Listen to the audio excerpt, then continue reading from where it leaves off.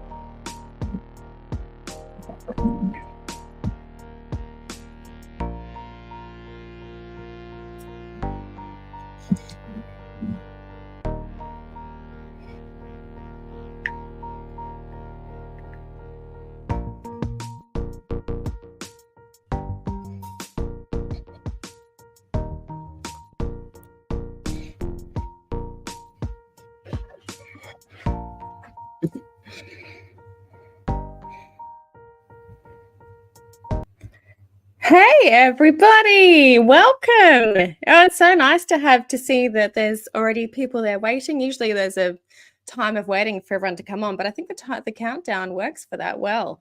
Welcome. I'm so excited for this Q&A. We've had such a good week together. Welcome. For those who are live with us, I would love for you to say hi. Tell us whether you've joined us for the week of the PeriMeno Mastery Masterclass week. And let us know if you've got a question that you haven't pre-submitted, because I'll make sure that we keep some time available for you tonight, because we are joined by the lovely Philly. Let me pop her on the screen. Hey, Philly. Hello, hello. How are you? I'm doing great. How are you doing? Very good, very good. I'm excited for all these questions. Normally you're in your what looks to be like a library with like lots of different things behind you to what you've got today. Is this your consult space? Oh, don't mind the box over there. This is my clinic. Oh, awesome. That's the first time I've seen tonight. What's that? I haven't made it home yet. Oh, yeah, that's right. You've been in consults all day, haven't you? Yeah, it's all good. I had a break for dinner and just to recharge. So yeah, good. Well, thank you for being here with us. So for those who don't know, let me just come over to the comments. Megan said countdown's great. Missed much of the masterclass, but would love to follow on from last time I did it. Oh, that's right, Megan. You were there last time we did it. Welcome back. And Carolyn, Carolyn joined us. I remember chatting with Carolyn in the comments, and you posted your awesome picture. Love it. Awesome. Well, you guys, let me introduce Philly to you. Philly's a friend of mine, and we've done a few things together now, and I just love to draw. I've got someone whispering at the door. Who is it?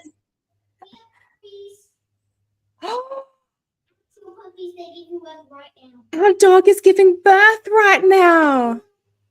Oh my goodness. Okay, Rosie, I'll be out when I can, but Dad's there, right? Okay, I've got to just 1 second.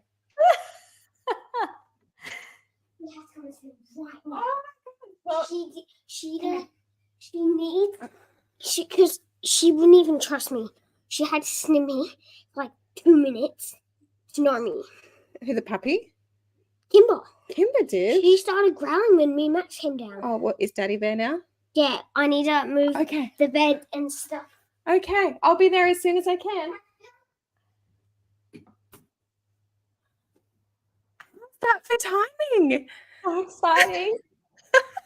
Does your dog have puppies before? I feel like I saw a photo with lots of puppies before. Yes, and look, to be perfectly honest, this was a little bit of an accidental litter. We tried to keep our 2 dogs apart, and it didn't quite happen. There's a long story to that, but they're both being desexed after this lot. But yes, it's been so exciting. Oh my gosh, I can't believe it's happening right now.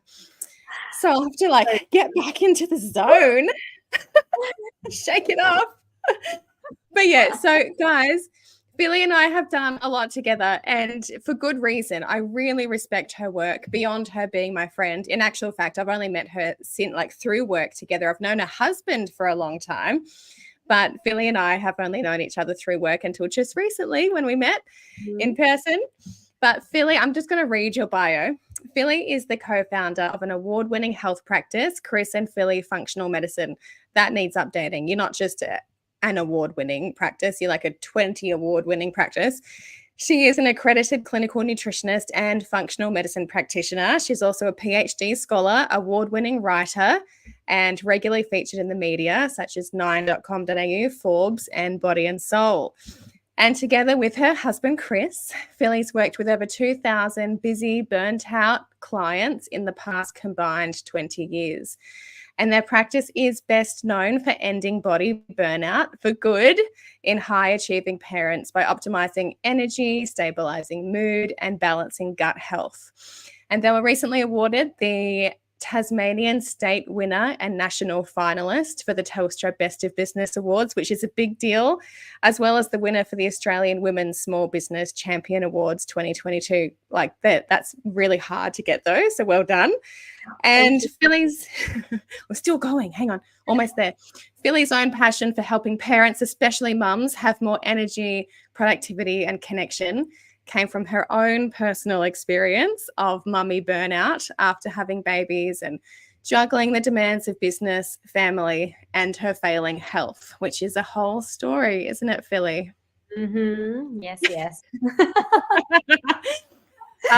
And just to finish off a little introduction to Philly, she's actually given us a gift, and it's access to the Ending Body Burnout Assessment. So you can actually rate your body burnout and the 3 root cause contributors of that burnout. Because one of the things that I absolutely adore about Chris and Philly's approach is that you can go to a naturopath, you can go to a functional medicine practitioner, and you can talk about the root cause for your autoimmune condition or whatever it is that you're facing.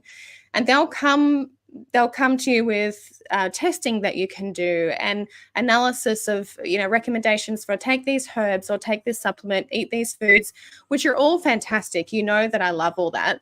But it's quite rare to actually have someone talk about, well, what's the root cause?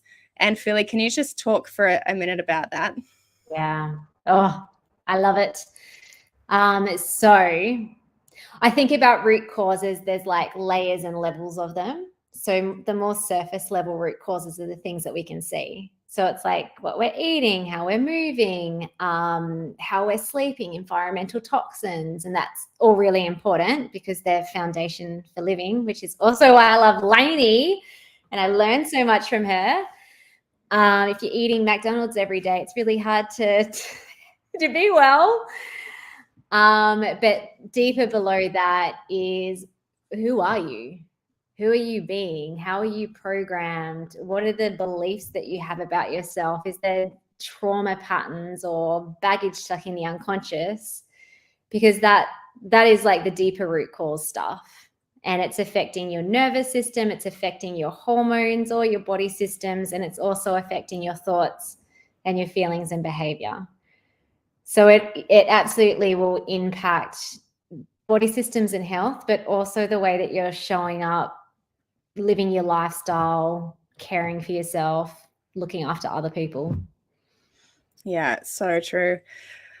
We recently had Philly come into our coaching membership, the No Fuss Nourish method, and she helped us identify the beliefs that are not helpful that we have about ourselves, and then taught us a process of how to actually move past them, which is nothing short of incredible. And it's something that I've started to include as part of my, I wouldn't say every day, but very regular morning routine. And it's just like, a few minutes each day, and it's really helping me, Philly, to progress things. So thank you for that.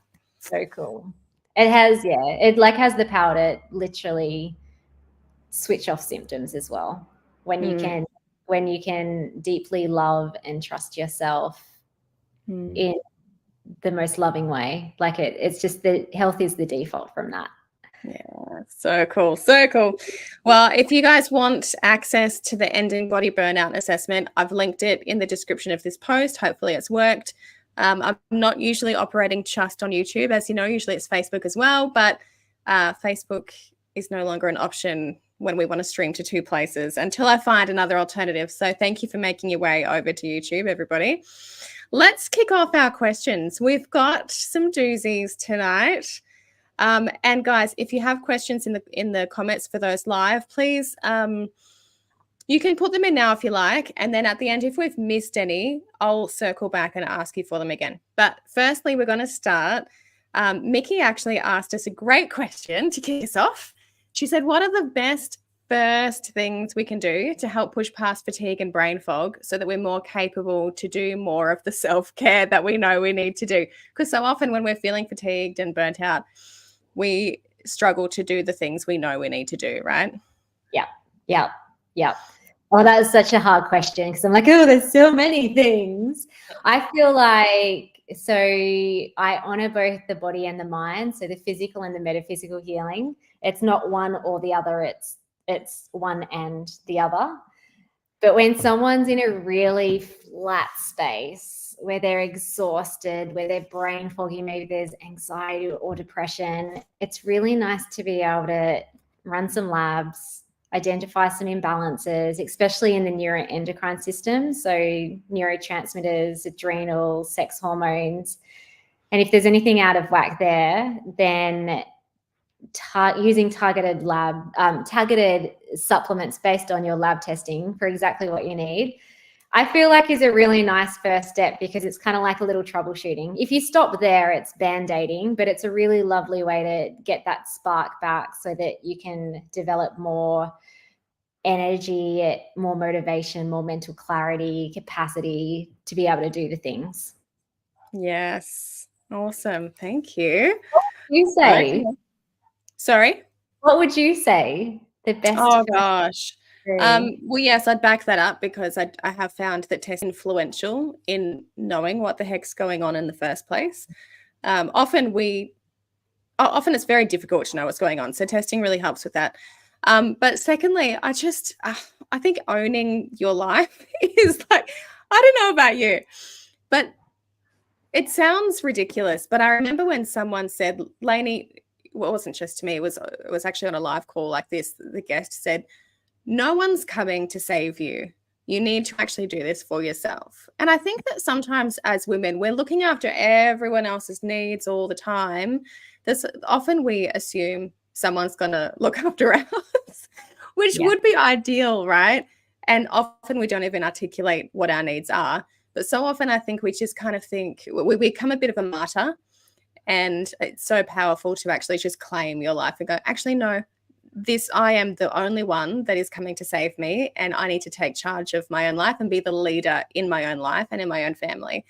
And so, yeah, I think that's an integral part. But then also for me, the very biggest thing that I believe has helped me move out of burnout is breath work, and nothing fancy either. It's literally just slowing down my breath regularly every day. And I don't have to do it so intentionally now because I feel like I've made so much progress. But in the early days of trying to heal from this burnout that I was in, I made very regular times in my day to focus on that breath for a set period of time and just slow it down. And it was very transformational for me. Yeah, I love language, like including in questions. It's like, how can I push past fatigue? So actually what you're saying is you're not pushing or forcing past anything. You're almost like backtracking and slowing down. Yeah, that's a good way. Restoring to balance. I like that. Yeah.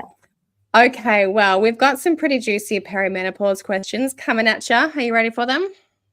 Yes. First one's from Katherine Crotty. She said, if I'm waking up at 2 a.m. feeling a bit warm, is that a perimenopause symptom, or could it be an adrenal fatigue symptom? I'm 46 and I am fatigued.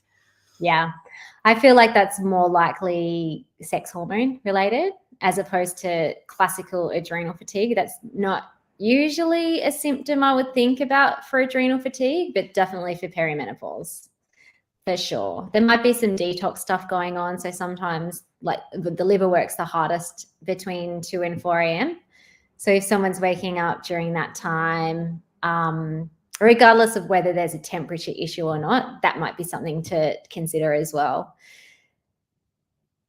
Yeah. Adrenal fatigue can definitely affect sleep, but when there's a temperature dysregulation, I more so think about your sex hormones and maybe even thyroid. How often do you actually get the two combined together? So your sex hormone imbalance as well as an adrenal issue together? Oh, probably like 9.9 times out of 10. Right. So it could be a combo of both. Because your adrenals produce cortisol and DHEA. DHEA converts into estrogen and testosterone. And if cortisol is dysregulated, it actually suppresses progesterone. So they're very closely linked with each other. I remember when I was in my adrenal fatigue, there were questions about perimenopause. And interestingly, I was asked, could you be in perimenopause? And then they immediately followed it up with, oh, actually, no, you're too young for that. And then since learning so much about perimenopause, I can very confidently say that absolutely no, I'm not too young to be going into perimenopause, but it was a stress-related response, but it wasn't perimenopause, but it could have been. So it's, interesting. Yeah. All right. Carolyn said, I'm 45. After doing this masterclass, I'm pretty sure I'm in early stage perimenopause, but have not been tested. Would you recommend getting our hormones tested? Is it necessary? And if so, how? And Carolyn's actually here live with us tonight. Oh, yay. Awesome. Well, if I don't sufficiently answer your question, add some follow-up questions. So there's a few questions there. Do I think it's necessary to test your hormones? I feel like it's case dependent. So if you're someone who is curious, maybe you've got some symptoms, but they're mild or they're not really affecting you too much, it's probably not that necessary to get your hormones tested unless you're just curious. I feel like if someone is more, they're not doing so well, you're feeling very symptomatic, it's affecting your day-to-day living, and you're kind of done. You're like, I have had enough. This is awful. If I have to live like this for 12 years, because Laini talks about perimenopause can go on for 12 years, then lab testing can speed up the process to rebalancing your hormones faster. So I would say it depends on how someone is feeling. If someone's like mild or they're just curious, I feel like dial in the nutrition stuff that Laini's been talking about, lifestyle first. That might be enough to get you over the hump. But if you're struggling, then testing would be good. And if so, how? So this, because Toni also had a question. So you can go to your GP and get Medicare tested, covered by Medicare, and they just look at your kind of like your sex hormones through a blood test. That's if the GP will do it. I get a lot of feedback from clients who have asked their GPs, and sometimes the narrative is your hormones are bouncing around all over the place, so it's not worth testing. Not always. Some GPs are very happy to investigate, but that could be where you could start. I run, like in functional medicine, we run lab testing, and you can look at your sex hormones via blood, urine, or saliva. I feel like if someone's in early perimenopause, or maybe like someone like you, Laini, where it's like, oh, there's some weird things going on. I am perimenopausal age. I'm like at the start of it, but I don't know if it's it. If you've got a regular cycle still, most thorough test would be a 28-day female hormone cycle test that measures where your progesterone and estrogen levels are at the course of a whole cycle. Because what I find with just the single, whether it's a blood test or a saliva test or urine test, like a single sample, is that sometimes you can miss what else is happening during the cycle.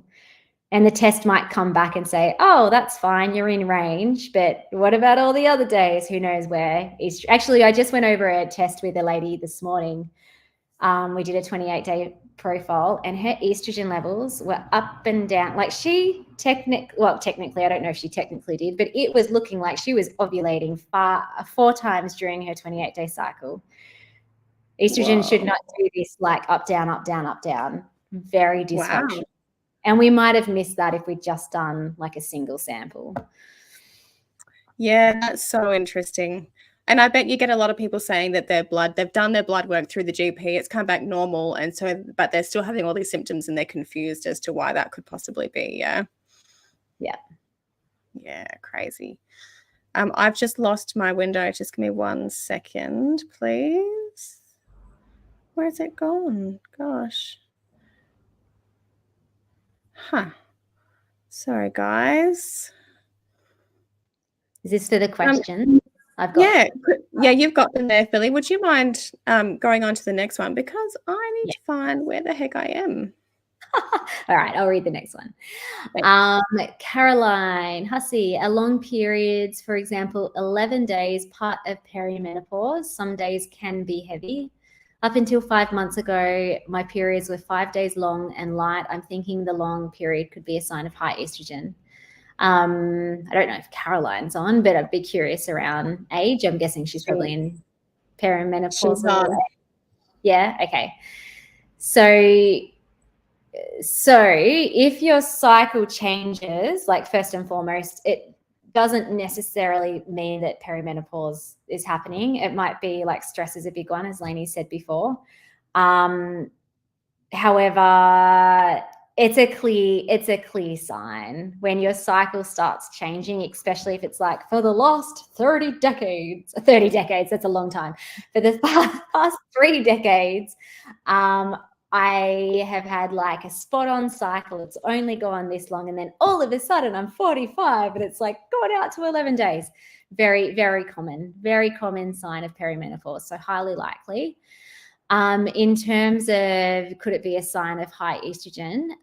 Potentially. So longer periods, heavier periods, often because the uterus lining grows more than usual, and that can be because there's high estrogen. Your estrogen levels might be within range, but if your progesterone levels are really low, then that can cause that to happen as well. So an imbalance of progesterone to estrogen ratio. Other things that might be going on are things like endometriosis, polyps, uterine fibroids. Those sort of things can show up as a symptom sign if all of a sudden it's like, whoa, my period's really long now or really heavy. So what would be her next step, do you think? Again, I would ask how she's feeling. So if it's kind of like, oh, all of a sudden I've got really long periods, but nothing else has changed too much in terms of I don't have lots of other weird symptoms going on and I'm not functioning well. She did mention some days can be heavy. So like if it's ultra heavy, like you're changing a pad or a tampon or like the cup, anyway, that's a different story. I won't talk about the cup. Let's just say like pad or tampon, you're changing that every hour. You've got really low iron. You're exhausted because you're losing so much blood, very dysfunctional, and you would want to do something about that. If it's kind of like, oh, I've just noticed it's a bit heavier and a bit longer, I don't think anything is needed. Like it can be common for the period to change. It's more looking at what else is happening. If there's other signs that there may be high estrogen, then, I mean, lab testing is great then, because then it's like, is it a high estrogen level or is it normal estrogen but really low progesterone, or what's going on there that could help support more balanced hormones, especially as they're dropping leading into menopause. That sounds like such a common sense approach. And Carolyn, I know you're here, so feel free to like jump in the comments and tell Philly how you're feeling, if you're managing okay, or if you are struggling, some further guidance while you're here. So take advantage. Excuse me. Now, we'll move on to the other question and we'll see if Carolyn comes back with anything. Sorry, I've got a little frog in my throat. Toni wants to know, she said, I'd love to know a little bit more about HRT, which is hormone replacement therapy. There's a very common treatment for perimenopause, everyone who might not know. She wants to know the risks and benefits and best alternatives, if the risks don't outweigh the benefits, and what sort of practitioner is best to see. Are there tests or treatments your normal GP can do that are recommended? Or is it like with many things and they either won't be across those types of natural treatment options, or maybe it's limited by Medicare treatment? She just kind of wants the whole shebang. What's the deal with hormone replacement therapy? Give us a bit of a snapshot. Okay, so first of all, I am not a GP, and I'm also not an expert in like synthetic hormone replacement therapy. So in terms of the risk benefits, I mean, I did a little bit of research before I jumped on, but it's kind of, I don't know, I don't want to give you false information.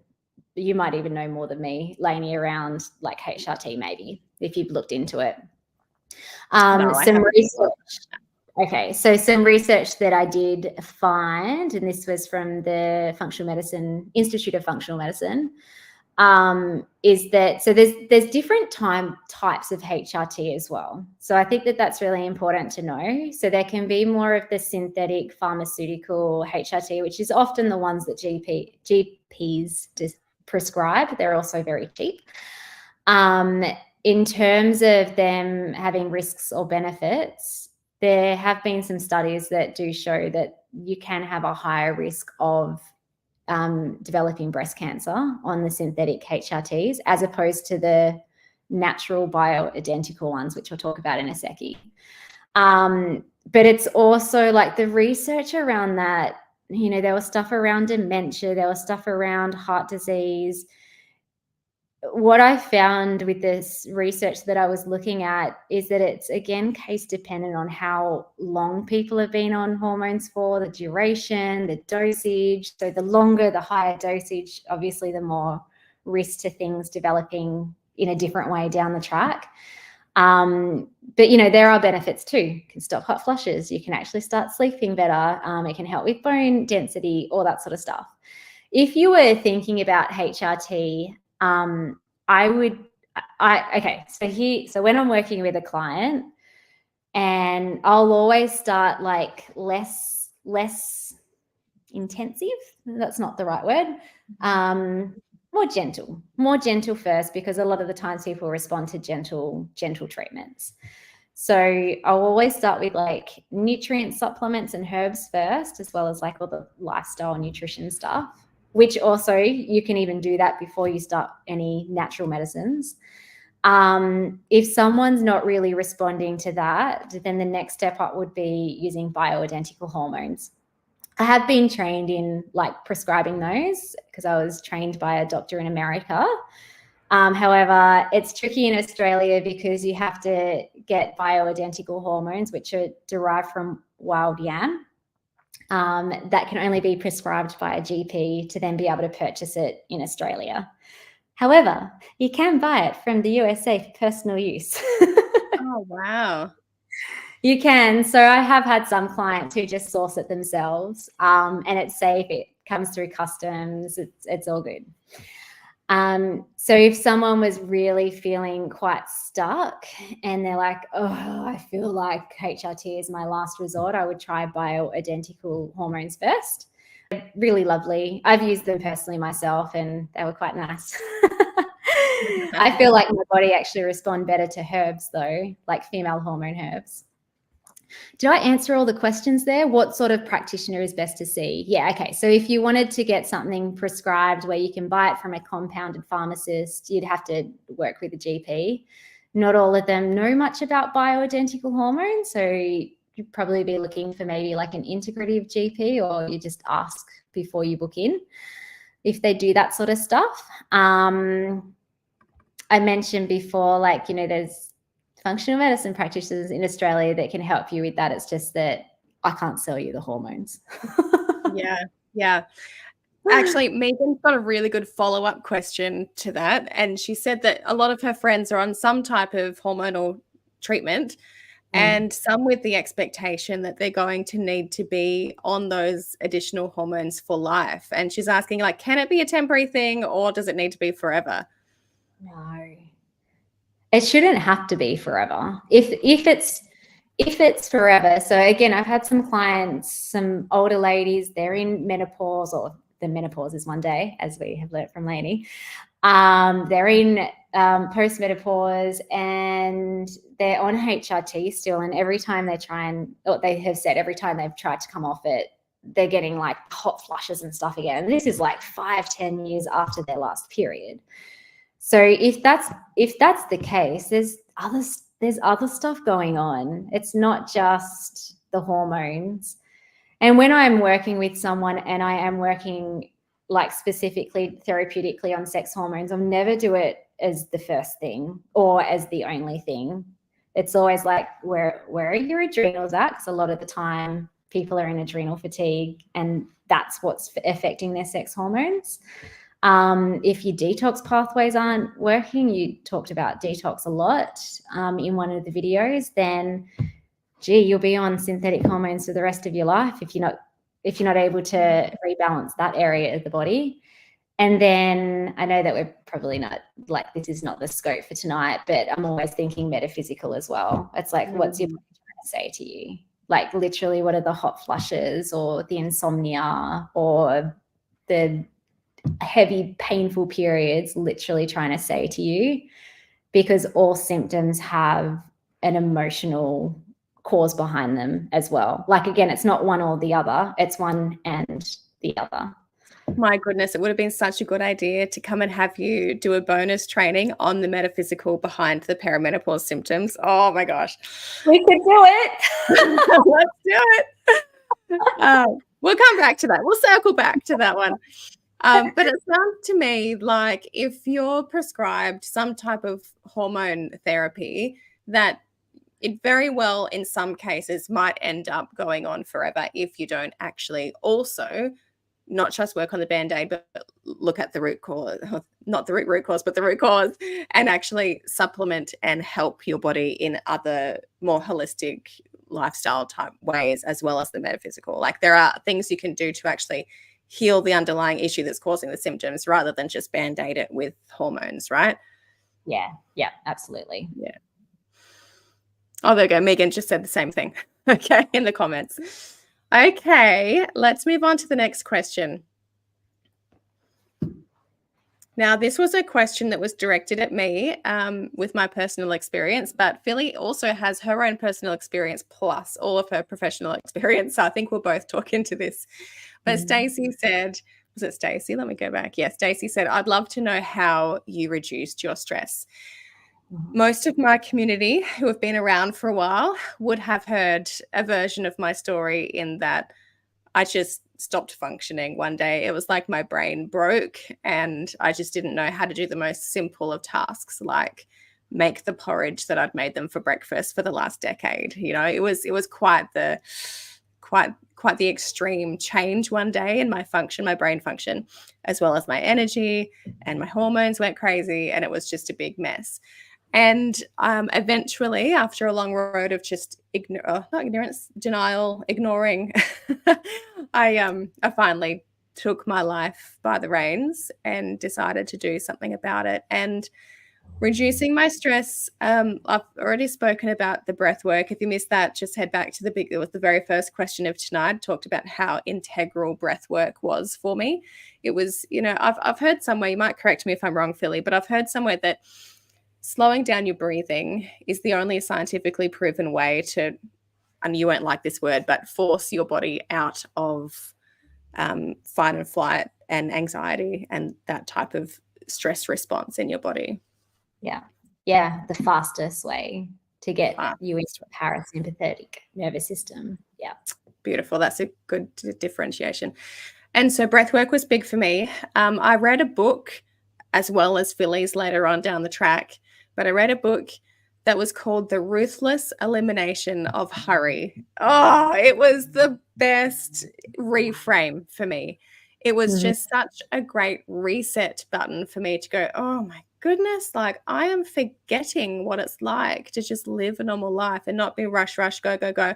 I was addicted to the doing and the perfectionistic behaviors, which is what Philly talks about a lot in her profession. And so, yeah, it was a reframe for me to go, okay, I am going to prioritize my sleep, even if it means that some urgent things will go by the wayside. And that was massive for me to be able to say that and do that and follow through was huge.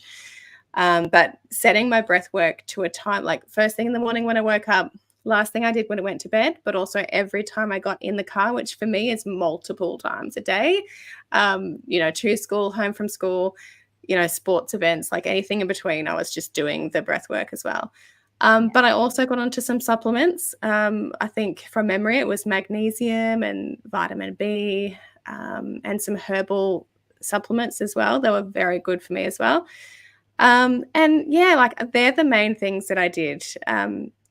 Nothing sort of groundbreaking. And I think that's the message, isn't it, Philly? That you really just, a lot of this stuff we know already, but we're not doing it.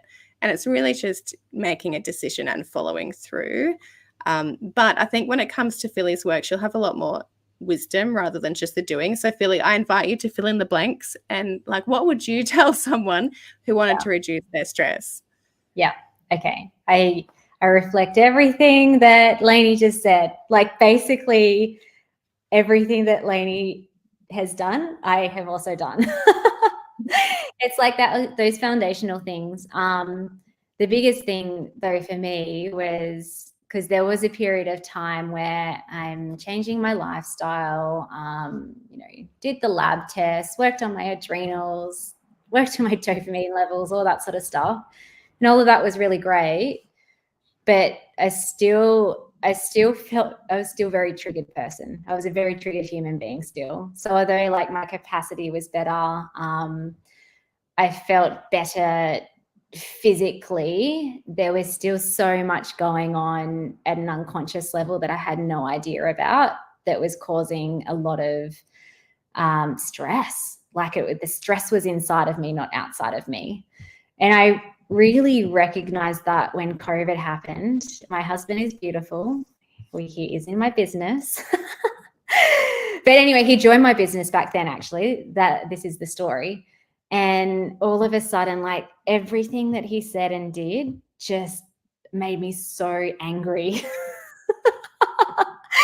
like good stuff, like let's try this, and like even like let's go on this holiday. Like he was just pushing my buttons left, right, and center. I had a lot of money scarcity back then too, which was just like amplified during COVID because all of a sudden, like one of our businesses were locked down. All my clients were canceling because everyone was like freaking out, homeschooling. And I realized that I became an insomniac psycho. Here's the words. Whereas Chris having the exact same external experience of life, and he was loving it. He's like, lockdown's awesome. This is so good. We're going to create the life and the business that we really want. We've got the space and time. Whereas I'm over there getting trauma triggered left, right, and center. So I realized that there was something deep in my system. And also I had a major like flare up of all the health issues that I thought I'd resolved years earlier that didn't budge with physical support. So anyway, the biggest thing for me to reduce my stress was to get deep and dirty into my dysfunctional beliefs. So every behavior has a belief underneath. So the way that you are stressing out, feeling overwhelmed, the things that you may or may not be doing that is amplifying your stress comes from within you, never outside of you. Even like something horrible like your child dies. Okay, that is just stressful for anyone. That is just the worst thing that a parent could ever experience. But your stress response is still coming from inside of you, not outside of you. And so when that clicked inside my head, I'm like, all right, I'm ready to go in and like find this deepest root cause belief, which mine ended up being weak and incapable, which made a lot of sense in terms of how I was feeling stressed out and triggered all the time. Because if I was weak and incapable, how the heck could I make money and run a business? If I was weak and incapable, at some point, all my clients were going to find out that I'm a fraud practitioner. If I was weak and incapable, how the heck could my body physically function optimally on its own? If I was weak and incapable, my husband, who's very big and bold and like visionary, like far out, he's scary. So that was the biggest thing that reduced my stress. When I was able to you were able to what? Reprogram that. So powerful. And you know what? I think a lot of us can go through life. I'm speaking for myself here that for a long time, I've been aware that there are probably some quite self-limiting beliefs that I'm carrying around, like you've just described, but I had no idea how to identify them and then how to move past them and resolve them. But there's some pretty cool systems that you've taught us in the past, a bit beyond the scope for tonight, but I just love it. Yeah. All right, let's move on to the next question. And feel free to chat in the comments, you guys. I will keep checking back for them. Katie said, if I've got thyroid problems, can I eat kale? I've been told not to eat soy either, as the doctor thought that may have triggered my Hashimoto's. I was diagnosed with Graves' disease when I was 9, and this settled when I was about 18 or 19. And I was free until I was diagnosed with Hashimoto's when I was 28. I'm now 55 and take both T3 and T4 as I'm T3 resistant. Gosh, you've had quite a journey, haven't you, Katie? I'm sorry for the journey that you've been on, but I'm actually thrilled that you've had support through it, and that you're still seeking support. And it's never too late to seek additional support and question things. And I just love that you are doing that, having an inquiring mind. Now, when it comes to kale, now bear in mind, I'm going to refer to Philly to back me up on any of the medical side of things because I'm not a health practitioner.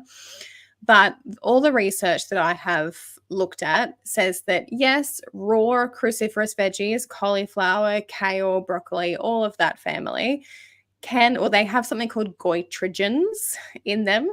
And basically that just inhibits the thyroid from iodine uptake. And so there is some element of being careful around raw cruciferous veggies. That being said, there is a great little hack, and all you need to do is steam your kale or your cauliflower, and it will significantly reduce the goitrogens in those raw veggies. And so it doesn't eliminate them entirely, but the vast majority of them are, just kind of nulled out. And so that's a good way to go, but just be careful not to over steam them. 3 to 5 minutes, the research shows, is a good amount to retain the ability for that vegetable to make sulforaphane when it's blended, which is a whole nother story. It's super cool when you actually blend kale. that's the point where it actually creates the sulforaphane, because there are two active components that have to sort of be merged together to create it. And so you don't want to kill it off with too much heat. But 3 to 5 minutes is a good amount that will sort of deactivate those goitrogens and retain the activation of the sulforaphane, which is that bit that gives us the oomph for perimenopause to help our liver and detoxing and that side of things. But as always, it's really important to consult with your healthcare provider, which I know you have.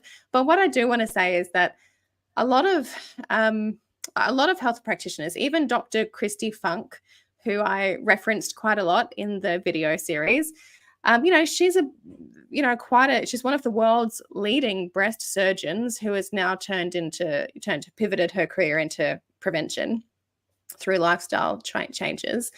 And she herself, she was performing surgery on Angelina Jolie and Sheryl Crow, I think.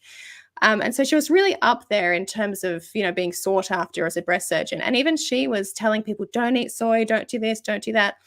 But in actual fact, she hadn't gone back to the research herself to check it. She was just going on hearsay. And she discovered that the research, which we're going to have a look at shortly, is definitely in favor of soy. And it's an interesting, kale has been vilified as well for, a variety of reasons, not just the goitrogens, but there's also, phytic acid and oxalates, which also will, be almost eliminated when you steam. So that's my answer to you, is to steam the kale along with that cauliflower, and you can still include it as part of your week. You might want to talk to someone about whether you have it every day, and maybe Philly can weigh in on that. But my research indicated that the amounts that we put into the smoothie, which is a 1/4 cup of cauliflower puree and about the same in kale, it's actually 1/2 cup of kale, but if you steam it, it's going to go smaller. And the research that I did on that indicated that that's, it's a moderate amount. It's not a high amount. And, the concern is when you're having large amounts frequently. So that's my answer. Philly, do you want to weigh in at all? Yeah, I agree to everything you just said. I think too, a lot of the times we outsource to the authorities as well. Like even, I actually don't like to call myself the expert, the person. You're the expert of your body. And so the more connected you are and to your own body, you'll know if you've been eating a bit too much kale, if symptoms are starting to change. Also, if you're under the care of your GP, they're probably testing your hormones, your thyroid hormones, quite regularly. So yeah, it's very hard to overeat foods like that will then cause health issues. Yes. And that's the typical thing that I see in the research as well, is that diet can be incredibly supportive of our health in numerous ways that we've spoken about. And beautifully, on the flip side, it's actually quite difficult to go wrong. Yeah. And then I don't know if you wanted to talk into the soy one or if that's coming later. Like, just this doctor said I shouldn't eat soy because it I'm going to bundle that up with the next one. Yeah, that's cool. And actually, talking about bundling, Sarah Thornborough also asked about kale. I think we've answered that one. But Sarah also asked, let me just take this one off. Sarah also asked about fish. No, she did not. Sorry, I'm just thinking about the parts of her question. I'm going to skip the soy, Sarah, because I'll cover that in the next one. But also she said on oily fish, she said, I've been hearing the farmed salmon can be harmful for us when compared to the wild salmon.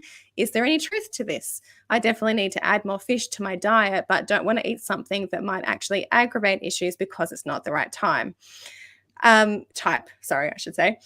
And so Sarah, you're absolutely right. Farmed fish can be less quality in lots of different ways. Some of those things might be that the farmed fish is actually higher in omega-6, which we want less of. We actually want more omega-3. The omega-6 is quite rampant in our food industry in terms of like oils that our chips are fried in and or inflammatory types of foods. So we already get enough of that typically. So we want more omega-3s. And so the wild fish are going to be better for omega-3s. They're going to be more lean. They'll likely be without the pesticides and chemicals that often farmed fish can come with as well.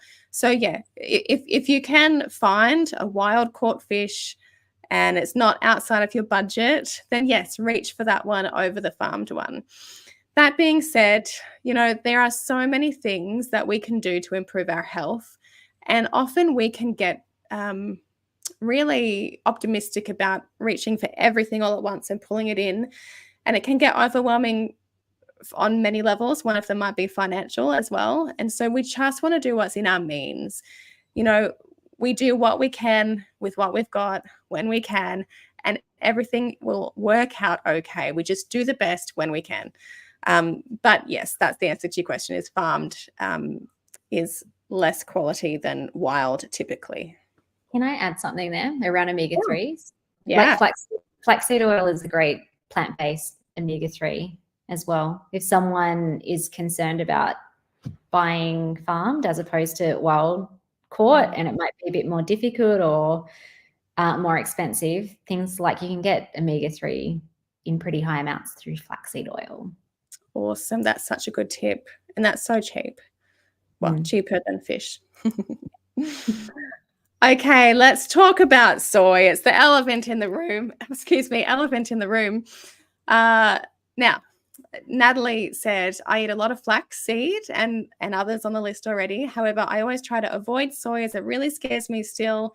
I read a recent study that said whilst they have found it effective post-menopause, that there is data to say the opposite pre-menopause. And what are your thoughts? And she linked a study there for me to look at.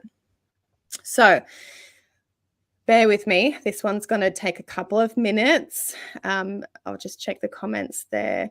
Tegan, it's probably a good, okay, we've got 2 questions about flax oil, so let's just cover them before we shift gears. Tegan and Megan, do we need to be careful with how flaxseed oil has been stored, and how would you use or eat the flaxseed oil? Billy, do you have some tips there? Yeah, I would definitely store it in the fridge. So if you go to the health food store, they usually have it stored in the fridge if they know about these things.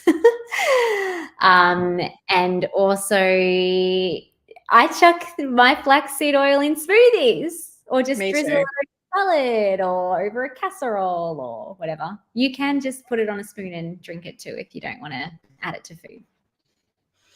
Learning the ratio of a great salad dressing is a great way to use flax oil. And you might not want to use all flax. You might just want to do half olive oil, half flax for a salad dressing. But yeah, for smoothies, I usually sort of put a little glug of MCT or flax. They're both fantastic for different reasons. But yeah, they're 2 great ways to do it. But yeah, keep it cold, keep it in the fridge, don't fry with it. Now, when it comes to soy, okay, I want to give you a little bit of a snapshot before we head into I'm going to briefly go through some studies. I know that I looked back at those videos and I'm like, was that information overload? I spent a long time on lots of that stuff, so I will try not to spend. I'll just be quick. But I want to give you a little bit. Can I just say something? I loved all the research. It was great. My husband was listening to you in the background. He's like, far out. Laini should be do a PhD in this. I would love to. If I had more time in my life, I would love to. Maybe there's some self-limiting beliefs about that. Hey, Philly. Yeah. I was listening to a talk by Dr. Michael Clapper, and he was explaining a little bit of a context around this whole anti-soy movement.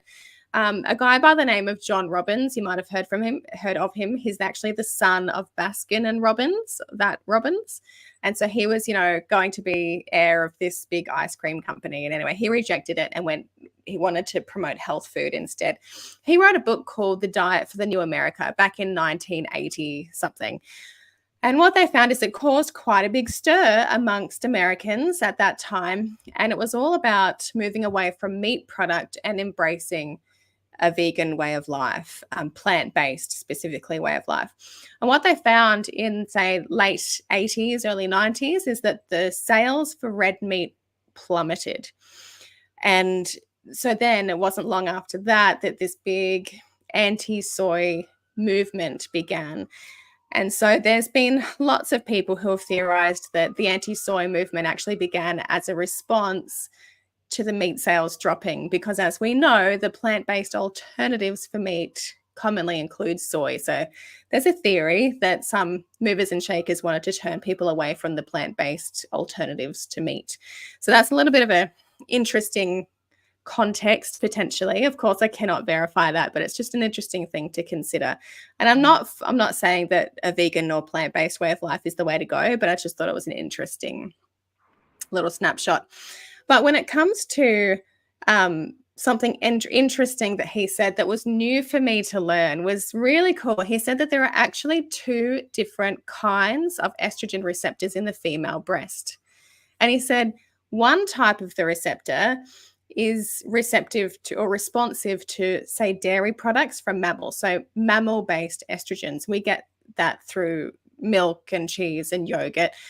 Not vilifying that for a second, but they're the types of estrogens that the receptors in our female breast, one type of them, are receptive to cell proliferation or cancer growth. The second type of receptor in the female breast is receptive to phytoestrogens, but they stimulate that receptor is a different one that doesn't activate cellular growth or put women at risk of cancer. So that was a really cool new discovery that I'd never heard of, the 2 different receptors and the phytoestrogens versus the mammal-based estrogens. So that's interesting too. But here we go. I'm going to show you this now. Okay, so here's one study that looked at pre-menopausal women. I should just breeze through this too quick. Okay. This is an analysis of 30 studies and pre-menopausal, specifically for pre-menopausal women, the intake of soy was inversely associated with the risk of breast cancer by 26%, which they said was statistically significant.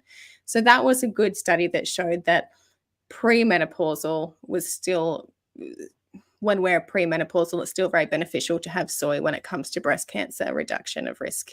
Another one, this was a massive one, a meta-analysis of over 4 million women across lots of different cohorts, and they also found a dose-response relationship. So basically, the more soy we eat, the less or the greater our reduction of risk for breast cancer.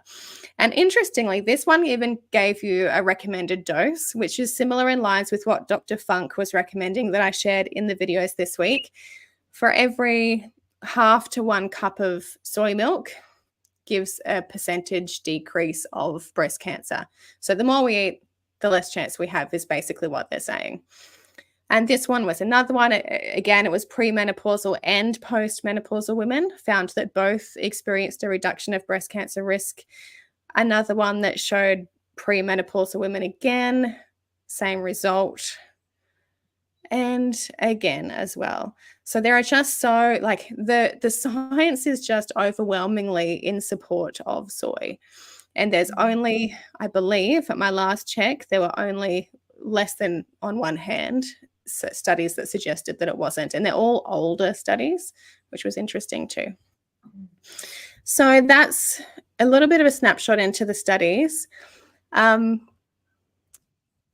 just going to find my place. I was going to talk into the study that you shared with me, but it's probably not that necessary. I tend to get a little bit carried away with things. But I hope that helped you find some peace around soy intake. I know that it's confronting. I know that, we've been told to avoid soy for such a long time, and it can be confusing to hear information coming that says the opposite of what we've always thought. And we're always, trying to look after ourselves. And this is how people get overwhelmed with healthy living, is that we're told one thing and then another thing. And so I think the way that I look at things is that we do the best with the information we have. And the information that we have is overwhelmingly in support of soy.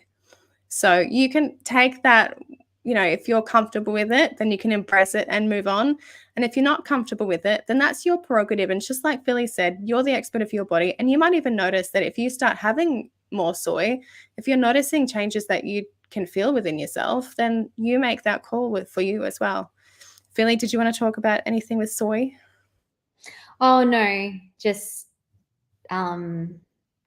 maybe more around food fear, which I think is a big issue when it's like, eat keto, no, eat vegan, no, don't eat soy, do eat soy, da, da, da, da.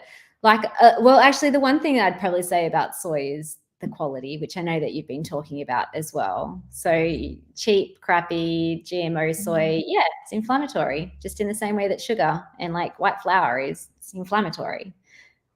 If you get like something that's whole food, then, and it's been treated and cared with respect, the way that our earth is designed to be, then it's got to be good for us, surely.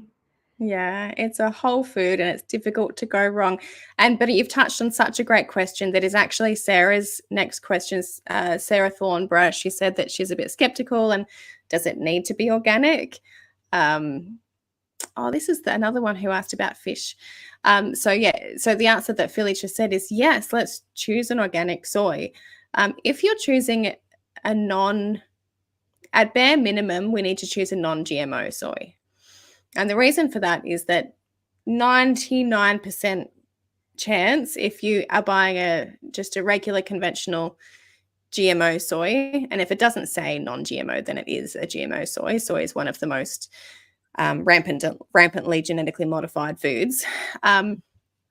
If you're buying that type of soy that is genetically modified, then you are very high chances of consuming glyphosate as part of that food. We know that glyphosate has hormone imbalancing properties to it. So we want to be balancing our hormones, not causing imbalance to our hormones.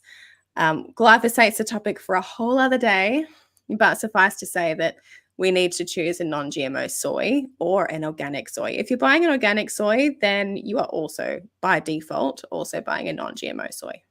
Make sense? All right. Okay, we had 3 questions. The same thing.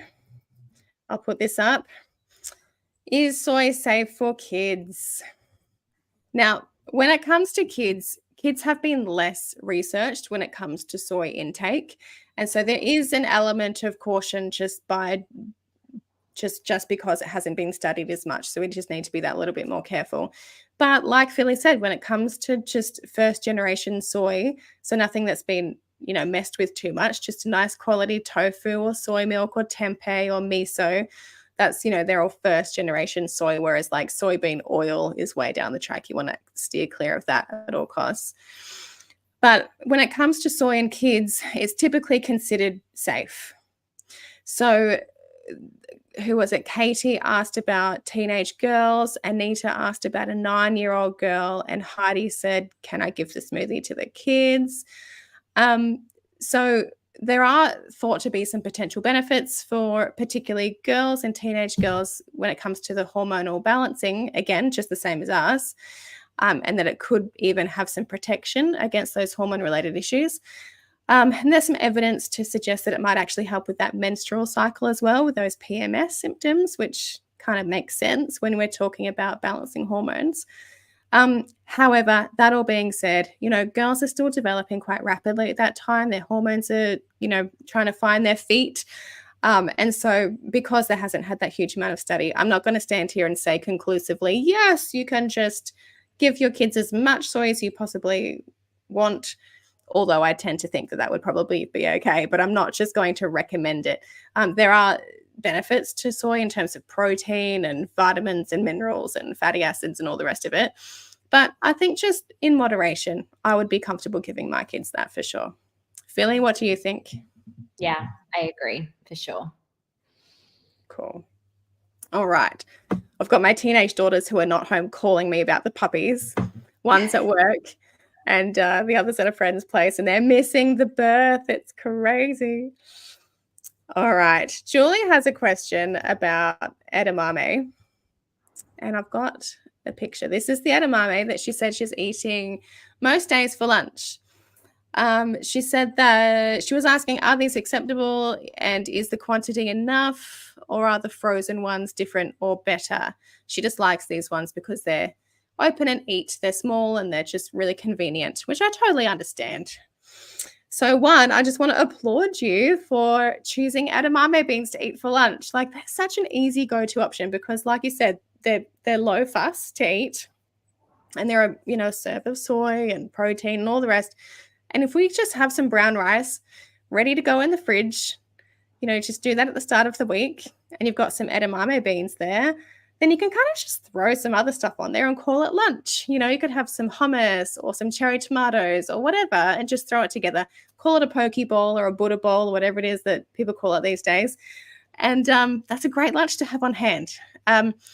This is what I'd say. I just want to echo what Philly and I were just talking about. It's important to choose a soybean that's not genetically modified. So if you can find one that's non-GMO, great.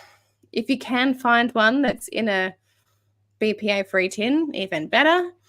And there is some evidence to say that frozen veggies are higher in nutrients than canned veggies.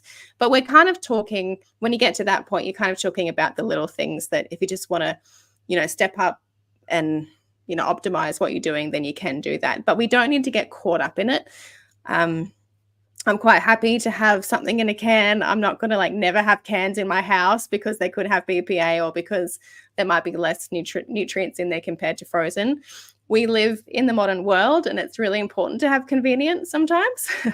But if you do want to get the best, then yes, go choose one that is in a, not in a BPA tin and is non-GMO and might be frozen, might be better.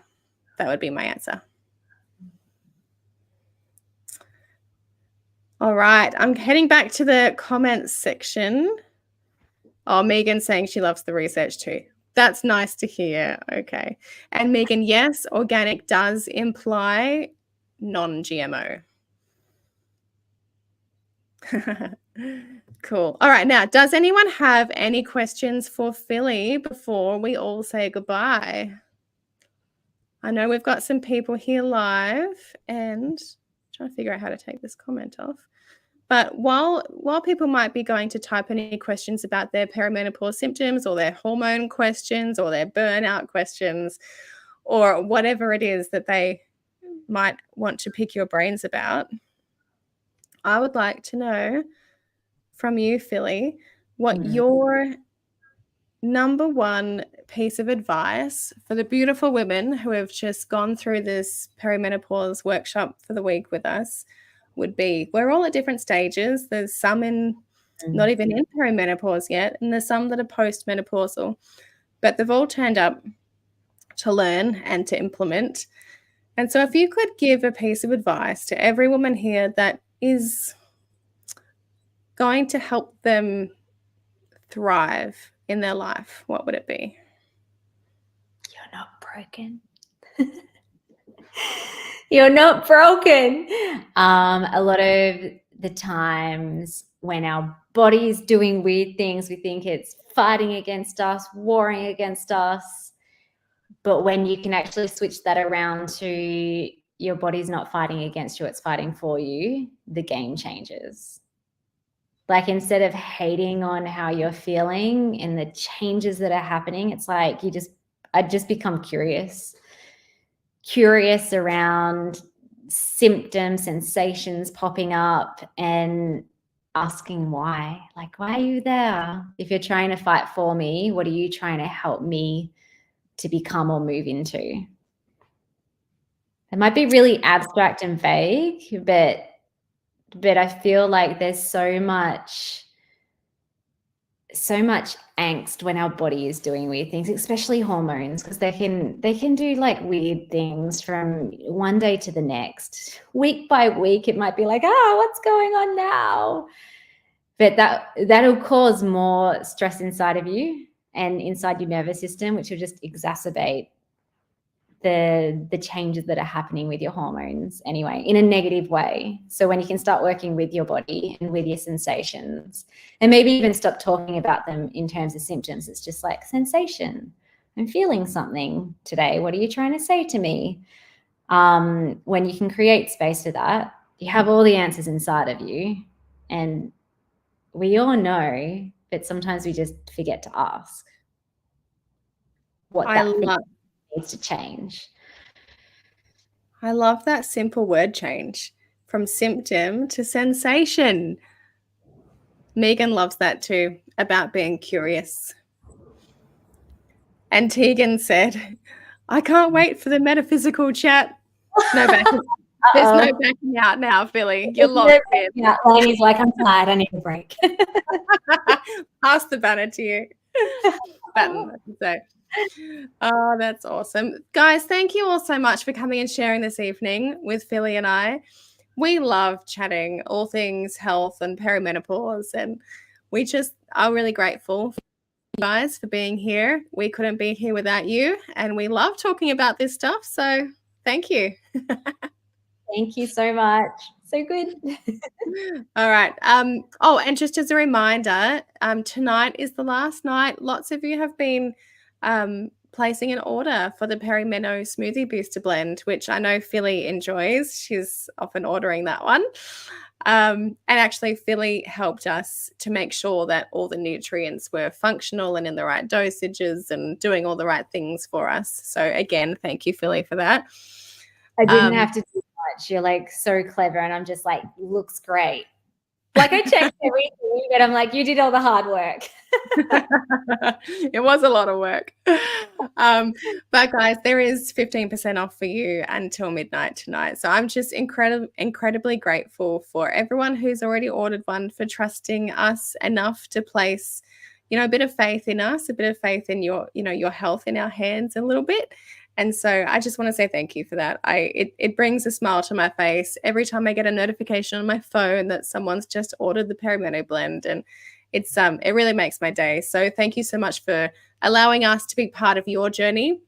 We love spending this time with you in these types of weeks that we sometimes have.